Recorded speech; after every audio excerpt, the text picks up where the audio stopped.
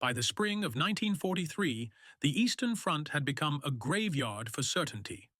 Hitler's armies, which had pushed thousands of kilometers through Soviet soil with terrifying speed, were now stalled, battered, and bleeding after the brutal reversal at Stalingrad. The myth of German invincibility had taken a hit, not fatal, but deep enough to rattle the command structure that once moved with mechanical precision. Yet the Third Reich could not survive a war fought on equal footing. Hitler needed not just a victory, he needed redemption, a blow so decisive it would erase the humiliation of Stalingrad and restore the psychological dominance that had once held Europe in its grip. Maps in his Wolf's Lair headquarters pointed to one opportunity: a massive bulge in the front line near the city of Kursk. To Hitler, this salient was not a trap. It was a gift.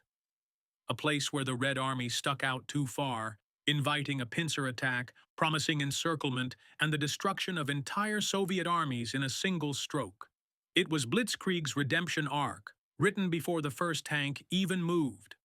But several hundred miles away, in Moscow, Georgy Zhukov read the same map and arrived at a different conclusion. To Hitler, Kursk was a weak point. To Zhukov, it was bait, irresistible, obvious, and deadly. Soviet intelligence had intercepted German radio traffic, decoded messages, and confirmed the massing of armor and infantry. The Soviets even received details from sources inside German command circles, part of a growing intelligence network that Stalin had once dismissed but now grudgingly respected. Zhukov knew not only that an attack was coming, he knew where, roughly when, and with what. Instead of moving to eliminate the salient, instead of pulling back to straighten the line, instead of charging forward to disrupt the buildup, Zhukov proposed something radical. Do nothing. Wait. Build. And let Hitler come. It was a recommendation that carried political risk. Stalin did not like patience, and he liked the idea of retreat even less. But Zhukov had earned his credibility with blood and strategy. At Moscow, at Stalingrad. Now, with a calmness that contrasted Stalin's suspicion and Hitler's urgency, Zhukov outlined a plan defined by depth rather than movement, resilience rather than shock. The logic was simple. The application would be enormous. Blitzkrieg worked against flat lines, predictable defenses, and armies still assembling. Kursk would be none of those things. Zhukov envisioned not one defensive line but 8, each with minefields so dense that walking across them could be deadlier than a firefight. Anti-tank guns would be dug into natural terrain. Artillery would be positioned not behind the front but woven throughout it. Trenches and anti-tank ditches would turn the landscape into a maze of steel, earth, and explosives. The German Panthers and Tigers, the pride of Hitler's new armored forces, would find themselves grinding forward mile by costly mile, their mechanical prowess nullified by geography, pressure, and attrition. The Red Army would absorb the blow, bleed the spearhead, and then strike back with reserves Hitler didn't believe the Soviets still possessed. Zhukov wasn't defending Kursk, he was weaponizing it. Hitler, despite warnings from his generals like Heinz Guderian, the architect of Blitzkrieg itself, delayed the attack because he wanted his newest tanks ready.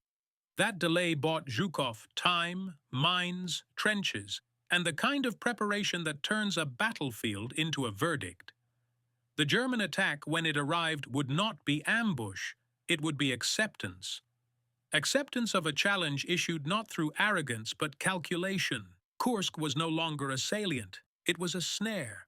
And in the shadow cast by these decisions, two leaders moved with opposite instincts, one racing against doubt, the other waiting with certainty that the next move belonged to the enemy. The Soviet preparation around Kursk became the largest defensive operation in the history of warfare, and it existed for one reason. Zhukov knew the direction of the storm before a single German engine started. What looks on a map like a simple curve of territory became, on the ground, an ecosystem of defenses layered so deep that German commanders would later describe the experience as attacking the earth itself. Over 300,000 civilians, Men, women, and teenagers were pulled from nearby regions and mobilized alongside soldiers. They dug trenches by hand in lines that stretched for thousands of miles. They shaped the landscape into walls, funnels, ravines, and death zones without ever firing a shot. Forced labor had been part of war since ancient times. But Kursk was different. This wasn't infrastructure maintenance. This was manufacturing defeat long before the Germans arrived. Zhukov's vision was simple. If the enemy insists on storming your gates, make the gates endless. Then came the mines. Millions of them. Anti-tank mines arranged in fields so dense that some German tanks would detonate 2 or 3 at a time before even clearing the barrier. Anti-personnel mines clustered like seeds beneath topsoil, buried under grass, leaves, and dirt, carried in from villages that had ceased to exist. Specialized Soviet troops known as sappers, demolition experts, worked day and night laying explosive traps with mathematical precision. One German officer later wrote that his tank regiment advanced as if crawling through a room full of glass, slow, cautious, and still bleeding. Every ridge, every hill, every shallow depression had been studied through aerial photography and local memory. Farmers who had fled their homes returned with knowledge, where the ground was soft enough to hide explosives, where old tractor paths could become tank traps. Villagers who had lost everything in earlier German advances helped build the defensive lines that would help end the German momentum permanently. Kursk was not protected by soldiers alone. It was protected by civilians who turned their land into a weapon. Behind the minefields were anti-tank positions, some camouflaged with netting, others built into the sides of hills, more still hidden inside barn-like structures with firing slits facing the choke points. Soviet gunners were trained to wait, let the mine disable the track, let the tank turn helplessly, let the turret rotate with panic, then fire. Wooden posts, angled logs, barbed wire, and steel rails were placed in patterns that forced German armor to cluster, bottleneck, and expose flanks. Each choke point fed into another, like veins channeling to a heart that never stopped beating. Zhukov's defensive plan was not simply to stop armor. It was to grind its confidence into steel dust. Artillery batteries were positioned not in one invisible line, but spread like constellations around key routes. If one was discovered and neutralized, 3 more would continue the barrage. It was redundancy as strategy, a recognition that the Soviet Union did not need perfect defenses. It needed endless defenses. And yet, the most overlooked factor of Kursk's preparation was not the trenches, not the mines, not the artillery, but the silence. The Soviet defense was not broadcast through bravado or rumor. Stalin said nothing to the press. Zhukov issued no propaganda announcements. If Germany suspected a trap, the element of doubt could unmake months of preparation. So the Red Army waited quietly, confidently, while Hitler broadcast to the world that this would be the decisive strike that restored momentum to the Reich. In the propaganda offices of Berlin, Kursk would be the headline of redemption. In the map rooms of Moscow, Kursk would be the quiet end of illusion. When the German engines finally roared on July 5, 1943, they did not begin a battle. They entered a design. At dawn on July 5, 1943, the horizon trembled.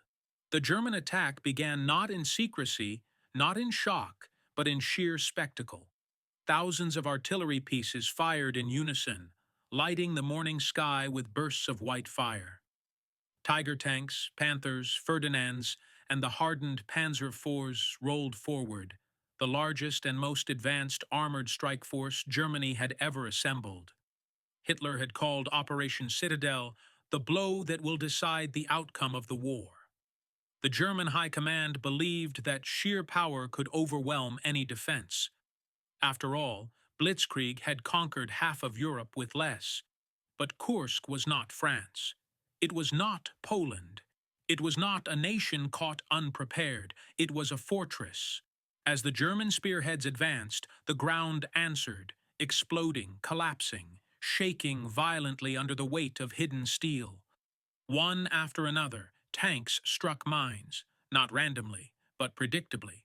Each detonation placed exactly where Zhukov expected the attackers to move. The advance slowed almost immediately. German tank crews tried to maneuver, swerving to avoid craters and burning wrecks, only to funnel into choke points that made them perfect targets for Soviet gunners waiting in dug-in emplacements. The heavy Tigers, immune to most frontal anti-tank rounds, found themselves fighting stability, not fire.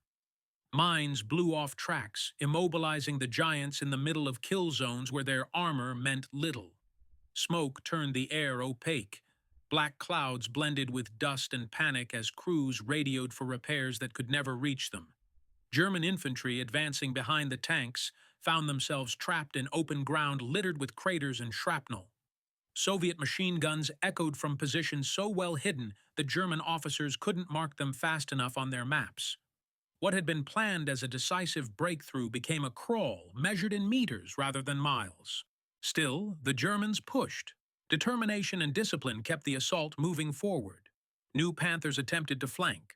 Ferdinands attempted to smash through. But even when they survived the mines, they ran into a second problem: Soviet resilience.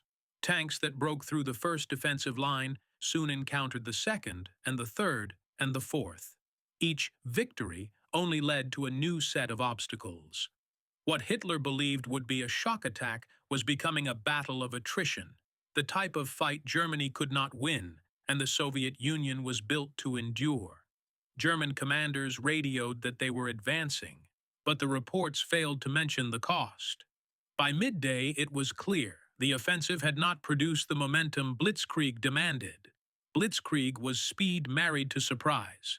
At Kursk, both were gone before the first shell landed. One moment from that day came to symbolize the shift. A German armored column, struggling through debris and smoke, attempted to push toward a small village that anchored the Soviet defensive grid. As the lead tank cleared the wreckage, its crew expected open ground. Instead, it saw trenches, artillery, and anti-tank guns aiming directly at them. The tank commander radioed back. "The enemy knew we were coming." It was more than a tactical observation. It was a recognition that Kursk was not a battlefield. It was a plan. A plan that had anticipated the offensive not as a possibility, but as a certainty. The Germans were not fighting Zhukov's army. They were fighting Zhukov's foresight.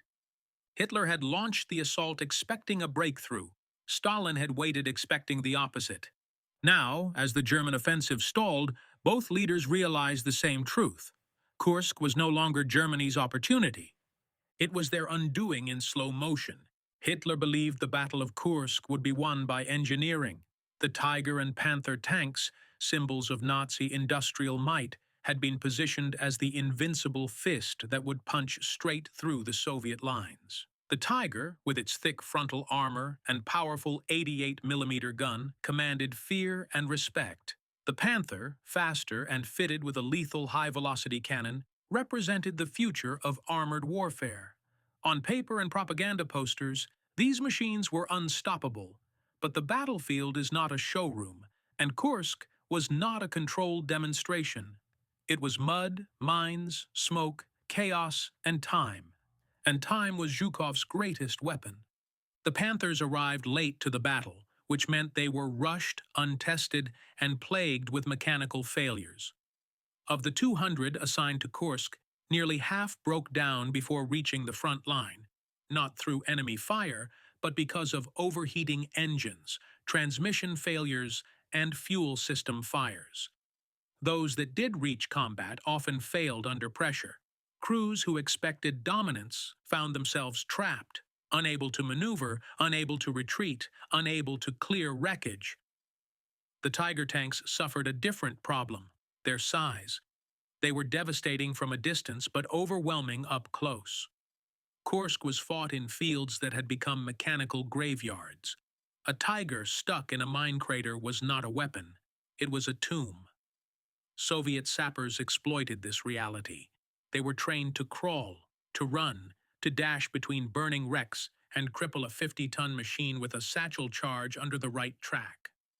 For every technological advancement the Germans brought, the Soviets answered with a simpler principle: destroy the mobility, destroy the machine. And then there was the Ferdinand, later renamed the Elefant, Hitler's self-propelled tank destroyer. Its cannon could annihilate any Soviet tank from nearly 2 kilometers away, but it had one catastrophic flaw: no machine gun. It was built to kill steel, not people. Soviet infantry discovered the vulnerability within hours of contact. Once immobilized by mines or artillery, the Ferdinand became an iron bunker unable to defend itself against soldiers armed with grenades, rifles, or Molotovs. Of the 89 Ferdinands at Kursk, more than half were lost, not because they were overmatched, but because they were misdesigned for a battlefield that punished specialization. Zhukov had anticipated that Hitler's faith in technology would blind him to practicality. Kursk was not a battle of superior weapons. It was a battle of superior suitability. Hitler believed the war could still be won by the decisive blow, a belief forged in 1940 when Blitzkrieg triumphed in weeks. Zhukov understood something more fundamental, that the Eastern Front was now a war of attrition, and the Soviet Union, despite its horrifying losses, had the depth to survive it. Germany's new tanks were powerful but expensive. Each loss was irreplaceable. The Soviet T-34 was outgunned individually, but produced in numbers that rewrote battlefield math. If a Tiger killed 3 T-34s but was eventually destroyed, the exchange favored the side with reserves. Kursk was a calculator disguised as a battlefield. And Zhukov was doing the math faster than anyone. The Germans did not lose because their tanks were weak. They lost because their tanks were asked to win a battle they were not built for. As the offensive dragged, Hitler faced a dilemma: push deeper and bleed faster, or retreat and admit failure. For a dictator who relied on momentum as much as metal, neither option aligned with his image. But the battlefield does not negotiate with image. The longer the Germans fought, the stronger the Soviets became. Reserves moved into position. Fresh tanks rolled forward. Ammunition and manpower, once Soviet weaknesses, were now overwhelming advantages. Kursk was not simply resisting Germany's attack, it was absorbing it. The tank that Hitler believed would deliver victory instead delivered the realization that the war had turned, and would not turn back. As the German advance slowed, then staggered, then stalled, Zhukov recognized the moment he had been preparing for long before the first mine had been buried. Kursk had always been a two-act play, the first written in defense, the second in retaliation. To merely stop Hitler's offensive was not enough. Stopping it still allowed the illusion that Germany was capable of trying again. Zhukov wanted more: to turn the German failure into a Soviet momentum that would not only reclaim territory, but rewire the psychology of the Eastern Front. So, with the German armor exhausted and their infantry depleted, Zhukov ordered the counterstroke: Operation Kutuzov in the north and Operation Rumyantsev in the south.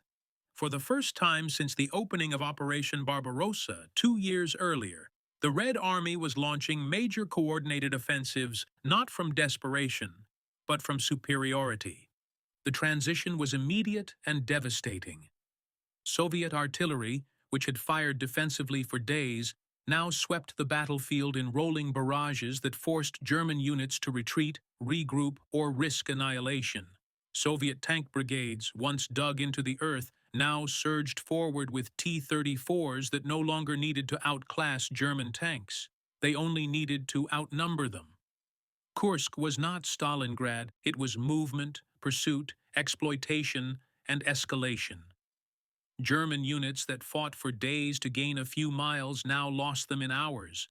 Commanders who requested reinforcements were told none were coming. Hitler had already turned his attention south to address the crisis in Italy after the Allied landings in Sicily. The irony was brutal. The offensive that was meant to restore German dominance instead forced Hitler to abandon the Eastern gamble entirely. Kursk was no longer a battle. It was the tipping point where German goals changed from conquest to survival. Zhukov's counterattack didn't just regain ground, it shattered the strategic balance. Soviet commanders began refining the tactics that would carry them all the way to Berlin. Deep operations, combined arms assault, armor exploitation supported by infantry and artillery timing. For the first time, the Soviet Union wasn't reacting to German moves. Germany was reacting to theirs. The psychological shift was immediate. Soviet soldiers, many of whom had known nothing but retreat and sacrifice in the early years, now advanced with belief. German soldiers who had marched confidently across Europe now fell back with doubt. Kursk became the moment when the Red Army stopped being defined by endurance and began being defined by inevitability. By August, it was clear the front had permanently changed direction. The Germans did not have the fuel, the tanks, the manpower, or the time to repeat what had failed so catastrophically. Blitzkrieg, the doctrine that devoured nations, died not in a single explosion, but in the grinding realization that speed and surprise cannot coexist with an enemy who knows your plan, your timing, and your limitations. Hitler's war machine had run into more than Zhukov's soldiers. It had run into his preparation. Zhukov had not simply won a battle. He had changed the momentum of a war that would, from this point forward, push in only one direction: west. The Battle of Kursk did not end with a dramatic surrender, a captured capital, or a flag raised over a conquered landmark. Its power was quieter, but far more permanent. Kursk was the irreversible shift from which Germany would never recover. Before Kursk, the Eastern Front was a seesaw of catastrophic losses and miraculous rebounds. After Kursk, it became a straight line, westward, a relentless Soviet push that would not stop until Red Army boots marched through the rubble of Berlin. For Hitler, the failure at Kursk delivered something deadlier than defeat. It delivered clarity. The moment the offensive collapsed, his dream of turning back the tide in the east evaporated. What had once made the German war machine unstoppable, the bold gamble, the decisive blow, the faith in Blitzkrieg, now betrayed him. Kursk confirmed that the Soviet Union could not only endure, it could outlast, outbuild, and outplan. For Georgy Zhukov, Kursk was vindication, not only of strategy but of understanding. He saw what Hitler refused to admit, that industrial war favors the nation that prepares, not the nation that improvises. Germany's best chance to win the Eastern Front had always been in the first months of Operation Barbarossa, when surprise and speed were weapons. By 1943, those weapons were blunted by time, terrain, distance, and resistance. Kursk exposed that truth in stark arithmetic. The Tigers and Panthers that Hitler believed would resurrect momentum became symbols of miscalculation. Powerful but impractical, advanced but fragile, decisive in theory but insufficient in reality. The myth of German engineering supremacy could not withstand a minefield laid by farmers and sappers with shovels, sweat, and resolve. Strategically, Kursk forced Germany into a permanent defensive posture on the Eastern Front. It drained resources that could not be replaced, fuel that was scarce, steel that was dwindling, and crews that could not be trained fast enough to match Soviet production. Politically, it cracked the aura around Hitler's leadership. Confidence became suspicion, disagreement became defiance, and generals who once executed without question now questioned in whispers. Technologically, Kursk became the battlefield that taught the world a lesson, repeated in conflicts for decades. Advanced weapons do not guarantee victory if the enemy decides the terms of the fight. In the wake of Kursk, Soviet forces refined the tactics that would define the remainder of the war: coordinated artillery and armor, overwhelming numbers at critical points, meticulous intelligence, and the patience to strike only when the cost of resistance became unsustainable. For the soldiers who fought in the fields around Kursk, the legacy was personal, a transition from surviving to advancing. And for the civilians who dug trenches and laid mines, Kursk became a symbol that contribution did not require a uniform. The battlefield stretched beyond the trenches, into farms, villages, rail lines, and factories. Kursk was total war answered with total preparation. It reshaped not only a front, but the identity of a nation that had endured more loss than any other fighting power in the war. In the years that followed, when Soviet troops crossed borders once controlled by Germany, when cities were reclaimed and momentum turned into inevitability, the shadow of a summer battlefield in 1943 stretched quietly behind them. Kursk did not end the war, but it ended the possibility of a German victory in the east. And it proved that Georgy Zhukov did not need to move first to win. He only needed to make sure the enemy never moved again with confidence. The world often remembers D-Day as the beginning of the end in Europe. But in the East, for Hitler, for Blitzkrieg, for the myth of invincibility, that beginning ended at Kursk.